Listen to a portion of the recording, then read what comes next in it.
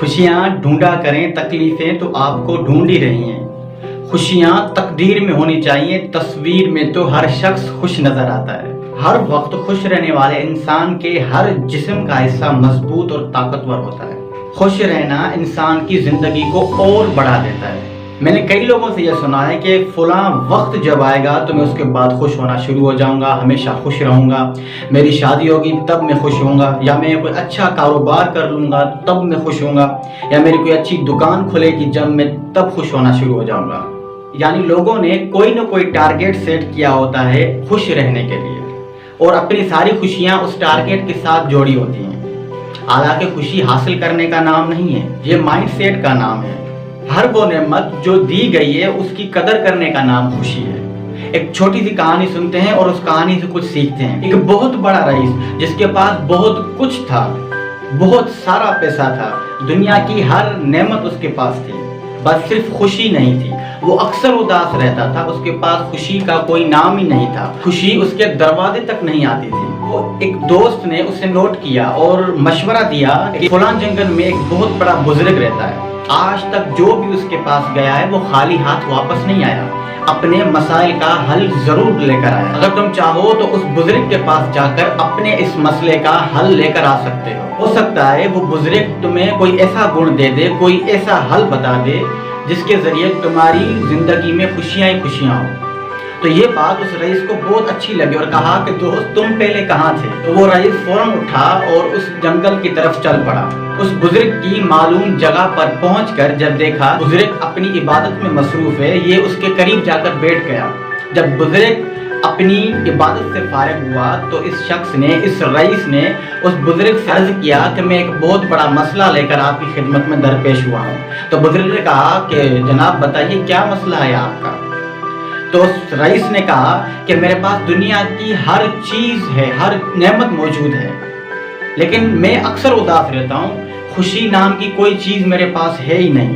اگر آپ کے پاس اس چیز کا کوئی حل ہے تو مجھے حل دیجیے۔ تو بزرگ نے فرمایا کہ تمہارے پاس ایسی کون سی چیز ہے جو تمہیں دنیا کی ہر چیز سے زیادہ عزیز ہے، زیادہ پیاری ہے؟ تو شخص نے سوچنے کے بعد کہا کہ میرے پاس ایک ہیرا ہے جس کی قیمت میری پوری جائیداد سے 10 گنا زیادہ ہے، اور وہ ہیرا مجھے دل و جان سے زیادہ عزیز ہے۔ تو بزرگ نے کہا کہ وہ ہیرا کیا تم مجھے لا کر دکھا سکتے ہو؟ میں تم سے لوں گا نہیں، تم سے مانگوں گا نہیں، صرف میں اسے دیکھنا چاہتا ہوں۔ اس رئیس نے کہا کہ جی حضور کیوں نہیں، میں ابھی لے کر آتا ہوں۔ وہ شخص فوراً سے اٹھا اور اپنی جگہ پر پہنچا اور وہاں سے وہ قیمتی ہیرا لے کر اس بزرگ کی خدمت میں حاضر ہوا۔ تو بزرگ کو کہا کہ یہ لیجئے جناب۔ جب بزرگ نے اس کے ہاتھ سے وہ ہیرا لیا اور دیکھنے کے فوراً بعد وہ بزرگ اٹھا اور دوڑ لگانا شروع کر دیا، مطلب کہ اس شخص کا وہ قیمتی ہیرا بزرگ لے کر بھاگنے لگا۔ جیسے یہ منظر اس نے دیکھا اس نے بھی بزرگ کے پیچھے ہی دوڑ لگانا شروع کر دی اور کہا اور منتیں کرنے لگا، آپ رک جائیے، ایسا مت کیجئے، یہ میری پوری زندگی کی کمائی ہے، اگر یہ مجھ سے چھین گیا تو میری زندگی تباہ ہو جائے گی، میں مرنے کے قابل ہو جاؤں گا۔ بزرگ بھاگتا بھاگتا اس ہیرے کے ساتھ درخت پہ چڑھ گیا اور یہ رئیس اس کے سامنے آ کر کھڑا ہو گیا اور منتیں کرنے لگا کہ آج کے بعد پھر کبھی ایسا سوال ہی نہیں کروں گا، مجھے میرا ہیرا واپس دیجئے۔ تو بزرگ نے کہا کہ ایک شرط میں تمہیں یہ ہیرا واپس کروں گا۔ تو اس رئیس نے کہا کہ آپ کی کوئی بھی شرط ہو مجھے قبول ہے، یہ قیمتی ہیرا مجھے واپس کر دیجئے۔ بزرگ نے فرمایا کہ اپنی ناک زمین پہ رگڑو، اپنی ناک سے زمین پہ لکیریں بناؤ۔ تو اس شخص نے بلا تاخیر ایسا ہی کیا، ناک کو زمین پہ رگڑا، بزرگ نے اسے وہ ہیرا لوٹا دیا، اور جسے ہی اس نے اس ہیرے کو اپنے ہاتھوں میں لیا تو اسے چومنا شروع کر دیا اور اپنے گلے سے لگا لیا۔ تو بزرگ نے فرمایا کہ میں یہی چاہتا تھا کہ تمہاری خوشی تمہارے پاس لوٹ آئے۔ بزرگ نے فرمایا کہ اس چیز کی قدر کرو جس کے چھیننے کے بعد تمہیں اس کا احساس ہو، اس کی قدر ہو۔